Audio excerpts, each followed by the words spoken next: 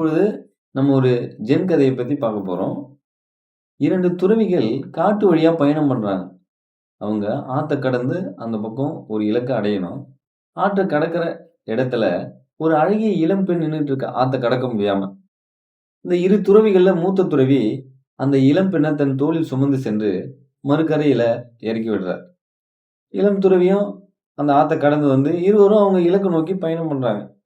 அப்பொழுது இளம் துறவி மூத்தவரிடம் கேட்கிறார். குருவே, நீங்கள் அந்த பெண்ணை சுமந்து வந்தது சரியா என்று கேட்கிறார்.